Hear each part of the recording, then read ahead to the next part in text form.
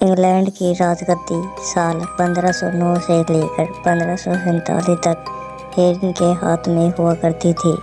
राजा हेरन की कई पत्नियां और एलिजाबेथ व मैरी नामक 2 बेटियां थीं। इनमें से मैरी राजा की पहली पत्नी की बेटी थी।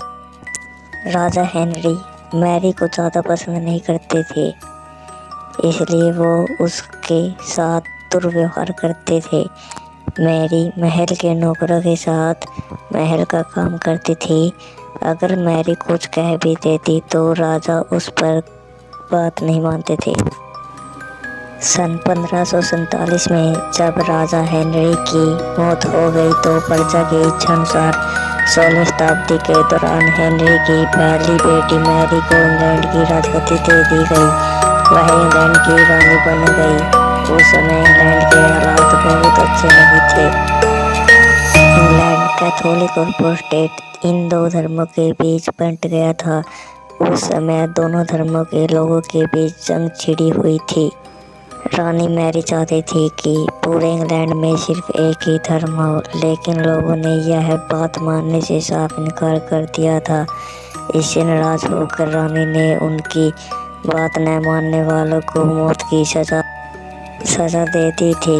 वह ऐसे लोगों को जिंदा भी जला देती थी। रानी मैरी की इस करतूत की वजह से इंग्लैंड के लोग उनसे नफरत करने लगे थे।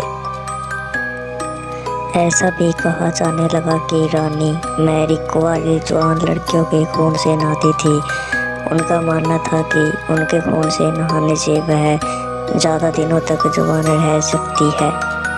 कुछ समय बाद रानी मैरी ने शादी कर ली और कुछ समय बाद इंग्लैंड में एक खबर आई कि रानी मैरी गर्भवती है और जल्द ही उनके राज्य को एक नया राजा भी मिल जाएगा। इस बात से हर कोई खुश था, लेकिन उस समय रानी के साथ बहुत ही अजीब घटना हुई। उसके गर्भ से किसी बच्चे का जन्म नहीं हुआ, बल्कि कुछ ही महीने के बाद रानी मैरी का पेट सामान्य हो गया। वहाँ के ओझा लोगों ने अपनी तंत्र विद्या से पता किया कि रानी मैरी ने गर्भ से किसी बच्चे को जन्म नहीं दिया, बल्कि एक भूत आकर निवास करता है।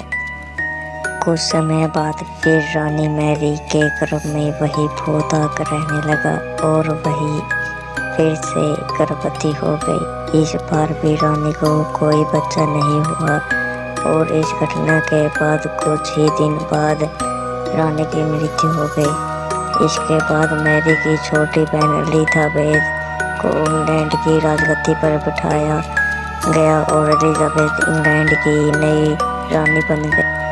रानी मैरी की करतूत की वजह से इंग्लैंड के लोग उसे एक निर्दयी औरत मानते थे। वही जब उसके गर्भ में बच्चे की जगह एक भूत का निवास होने लगा तो लोगों ने उसे साबित करार दे दिया और इसी वजह से लोगों ने ब्लड मैरी का नाम दे दिया। कहानी से सीख। ब्लड मैरी की कहानी हमें यह सीख देती है कि अपने निजी विचारों और सोच को लेकर दूसरे लोगों पर दबाव नहीं बनाना चाहिए। शांति और करुणा से काम करना ही मनुष्य का धर्म है।